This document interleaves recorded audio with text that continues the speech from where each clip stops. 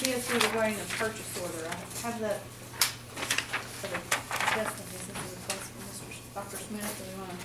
Well, I think really, I reviewed that, and I think you've reviewed things, and what we want to do is go ahead and the $50,000 that we give to each of the PSDs, I don't think they've used theirs yet this year, have they? So I'll entertain a motion, we go ahead and give them that $50,000 regarding this purchase order. I move that we provide $50,000 to the Lincoln PSD as requested for the use of Lawrence Smith and his family. I'll second that. Okay. Is that all yes? All yes. The next is Parks and Recreation franchise fee. I just wanted to make sure we were on the same page on this. I think you'd said before, how it's set up and things of that nature. Yeah, basically when we adopted to collect taxes, really the franchise fee tax, and when we adopted that, we basically set aside the first $50,000 was to go to Parks and Rec. Any additional costs that we collected would go to support law enforcement. So up until this past year, we'd never collected up to $50,000, collected 40 or something like that. But when Armstrong took their system down the Guyan River, or up the Guyan River, that increased it. And this past year, we collected like $74,000. So basically, they will get 50,000 of that, up to 50,000. Have they taken anything yet out of that? No. Okay. Well, They spent 40-something. yeah, they have, but I don't They're have. budgeted, what, 42? They're budgeted 42 42,000. already. But according to the fee itself, they're due up to 50,000 of that, so, That's correct. okay. No, it's the only issue is that we need to make sure we coordinate bookkeeping is that money that we collected, the 74,000, was basically, when we closed out the year, June 30th, that money was folded over into the general county fund. So that $74,000 doesn't show up as franchise fee for a collection to be used there. So we're in our general county. So what we'd have to do is, with Mary working with bookkeeping, is reestablish, in my opinion, $50,000 to be spent out of Parks and Rec, which would be basically 8,000 really is all we're going to need. And this coming year, when we do our budget in March, So just revise the budget from 42 whatever up to 50. yes, yes. Is there a motion to do that? I move. I'll second that. Is that all yes? Okay. The next one on the agenda is PEIA insurance for employees. I've done some work with a representative from PEIA. I've got a rough estimate if the county paid for all employees, and that's including like if they're single or they're a family, to have PEIA health insurance is approximately $20,000 a month. That's using PEIA PPB Plan A. That's their most popular plan. It's the plan that like the Supreme Court and the teachers have, and their enrollment typically is in April. However, she said if we were to do this, they could enroll us. And this brings us in compliance with the Affordable Care Act. Oh yeah, it takes us above and beyond the Affordable Care Act. Yeah. What plan was it you say, or the? PEIA PPB Plan A. Yeah. What's your thoughts, Charles?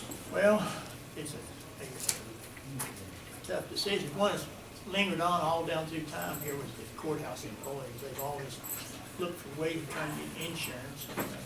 We've had pieces of it and never done what we should do. But with this federal act, I think if we can possibly afford it, what we should do is provide our employees.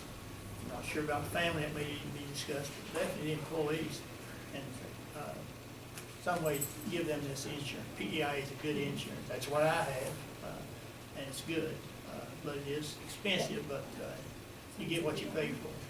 But you got to be able to afford it as a public. So. I did poll. The reason the figure's not quite as high as you think. I did poll the employees. Some still didn't want it, even if they wanted to remain. Mostly it was females that wanted to remain on their husbands that happened to have even better than this would offer. But I I'll asked take him. it.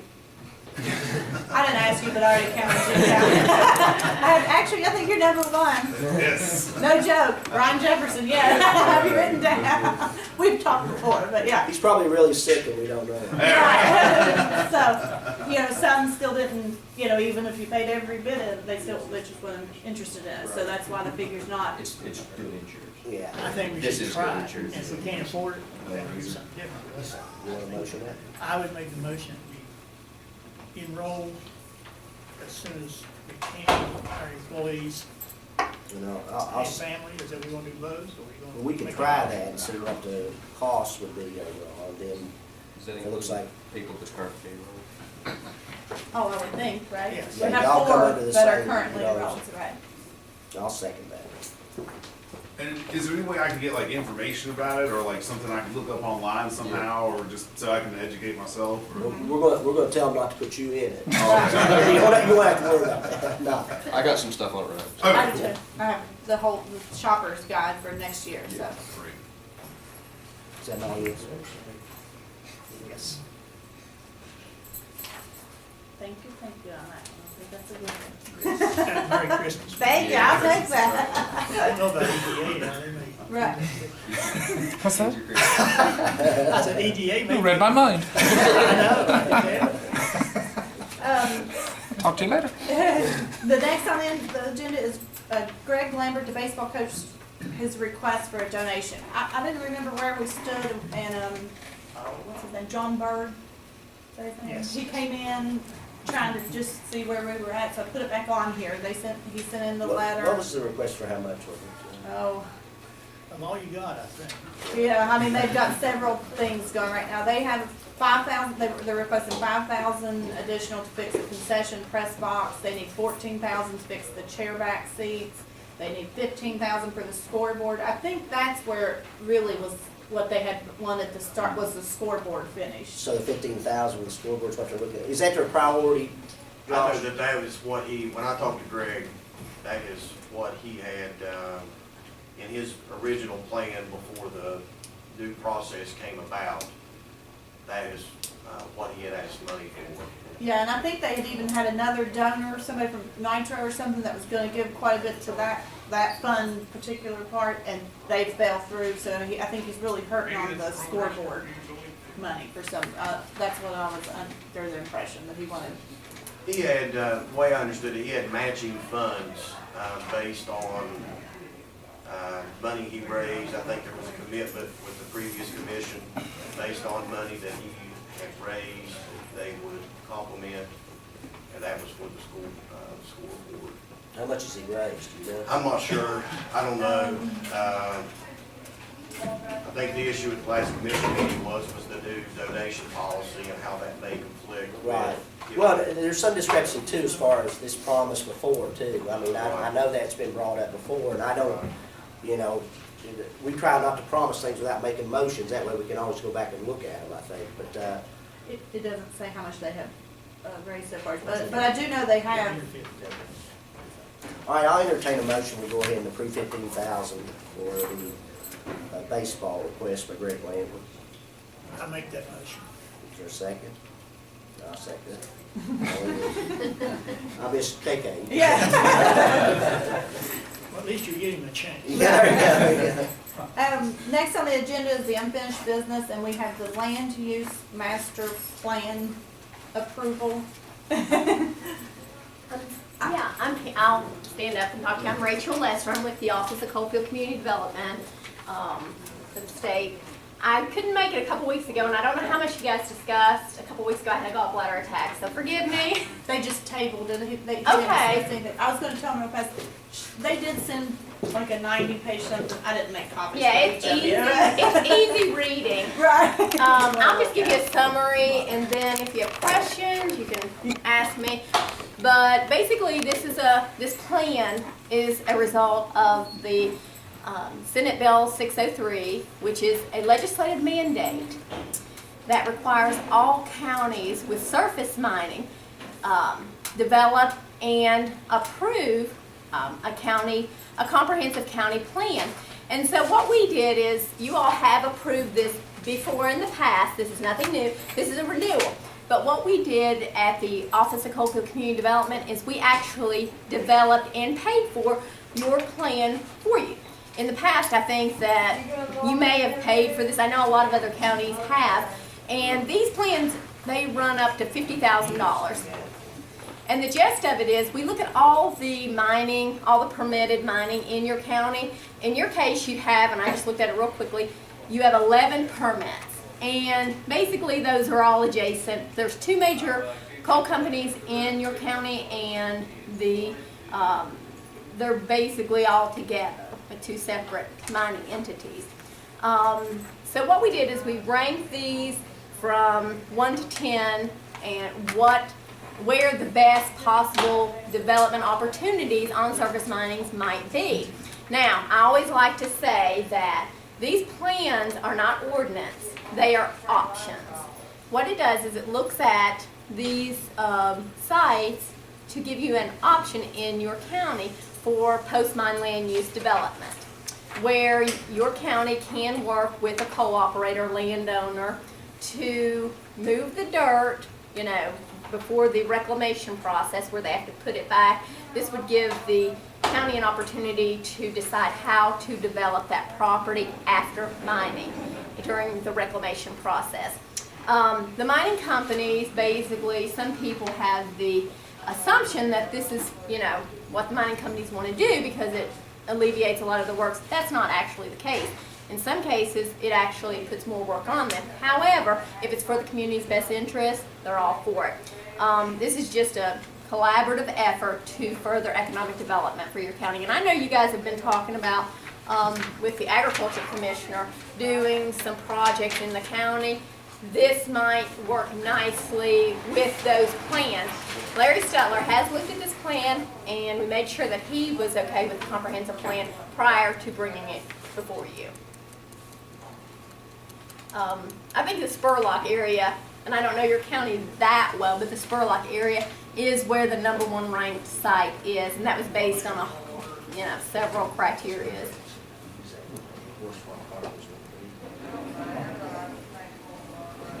The first, let me say, if you guys do look at this, the first few pages are the most pertinent. The rest of it is just a compilation of data for your county. Demographic information, such and so forth. Yeah, I just, at least look quickly there, I see some useful information about other things that could be available and things like that. Yeah. Last time, what I remember is that maybe a bigger map was developed too. Is that what happened?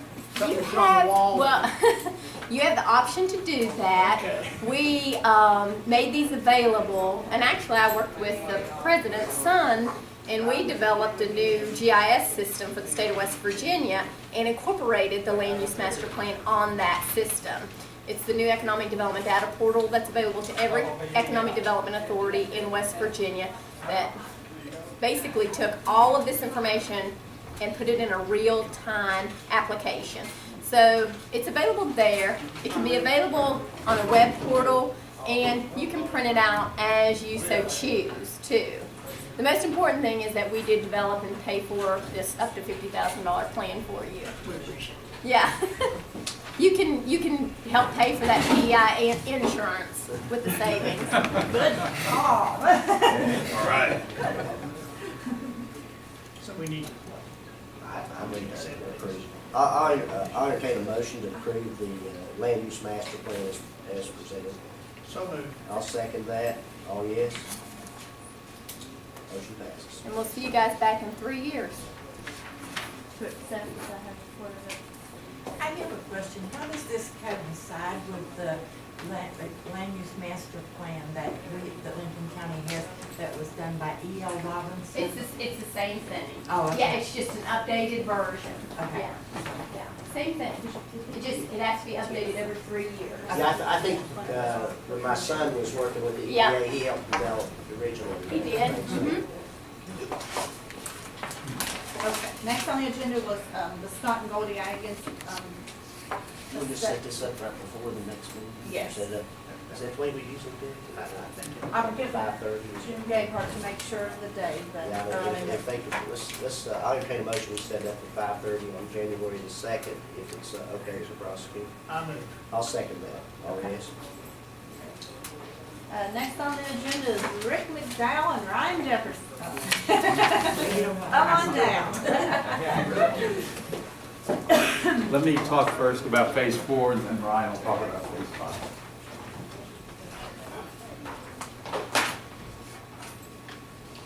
Yeah, let me give you the real signed copy. Copy.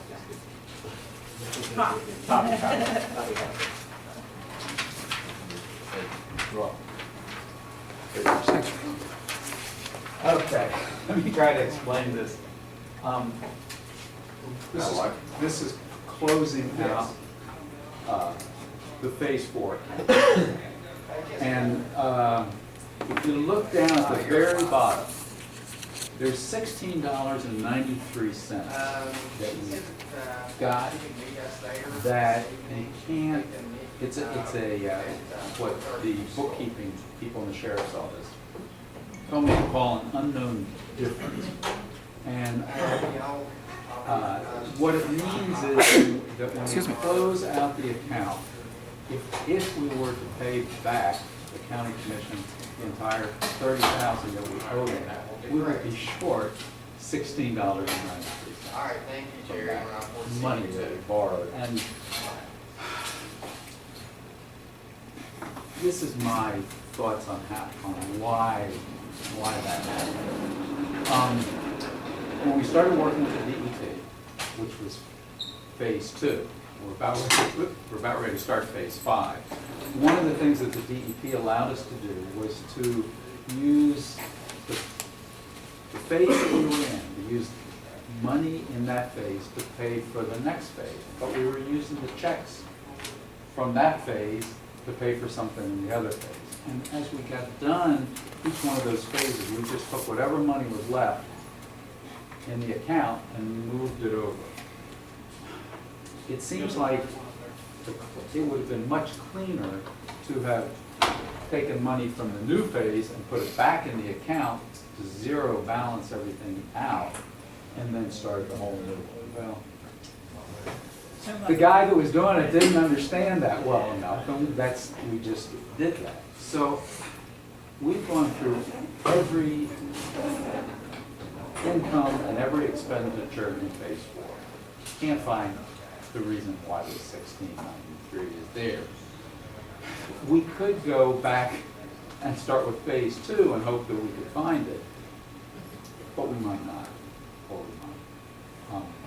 The state auditor guy who's doing the audit today, I shared this with him and explained it to him. He said, we don't look at $16, buddy.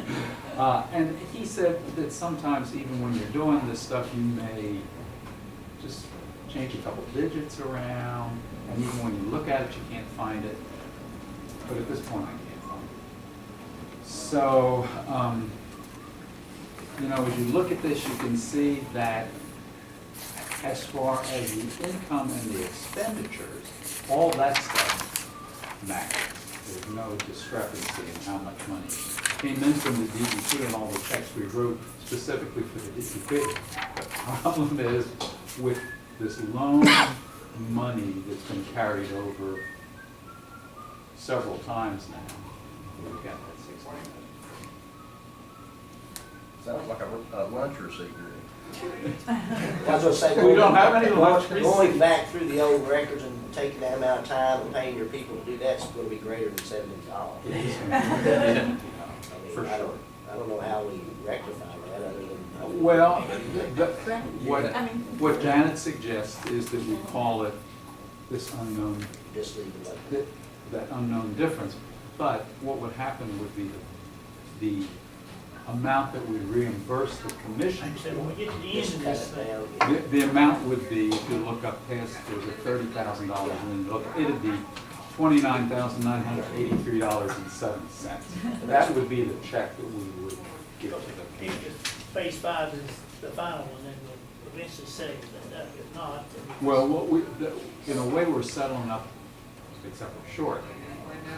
by 16 on it. We're settling up the 30 that you loaned us for phase 4. That'll be done. We will have tried to pay back unsuccessfully by the 16th. So you're meeting tomorrow. Did we not, for phase 5, didn't we do that We, too? we would like to do that. We haven't done that yet, but the idea is that this would be a cleaner Okay. way to do that. So I guess we look, if the commission would make a motion, I guess, to accept the unknown difference when it Well, I think comes if to. we accept the phase 4 county closing, it would be the Okay. same thing. All right, I mean, sure. I think that would take care of all the Okay, numbers there, so. it would take care of it. I'll entertain a motion to accept the phase 4 account closing with the unknown difference as related to. So moved. I'll second that, all yes. Thank you. I'll try to do better the next time. But as long as it's under $20, you do. Yeah, it should have gone higher. Well, you're thinking it might have been higher? I'm saying you could have aimed higher. Oh, See how high you could go to get away with it. So, don't put that in. Well, you know, it's $20 now, so I Yeah, yeah, really. I know, there's my health insurance, that's right, that's right. Right. Fortunately, I'm quick today. Just wanted to tell everybody the good news. We finally closed on phase 5. We got our first monies for the DEP. Everything is a go at this point. I've got contractors pressuring me to start construction.